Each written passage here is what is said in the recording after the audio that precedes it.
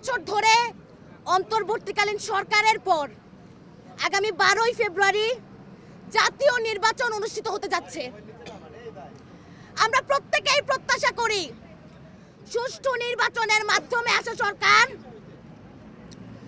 জনগণের স্বার্থেই কাজ করবে।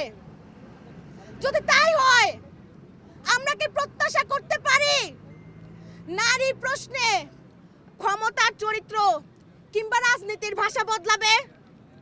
যদি তাই হয়, আমরা কি প্রত্যাশা করতে পারি আসন্ন নির্বাচনের প্রক্রিয়ায় যেখানে নারীর অংশগ্রহণই প্রশ্নের সম্মুখীন হচ্ছে, সেই নির্বাচিত সরকার দ্বারা আমরা কি আদৌ নারীর অধিকার, নিরাপত্তা ও মর্যাদাকে রাষ্ট্রীয় অধিকারের জায়গায় দেখতে পাবো?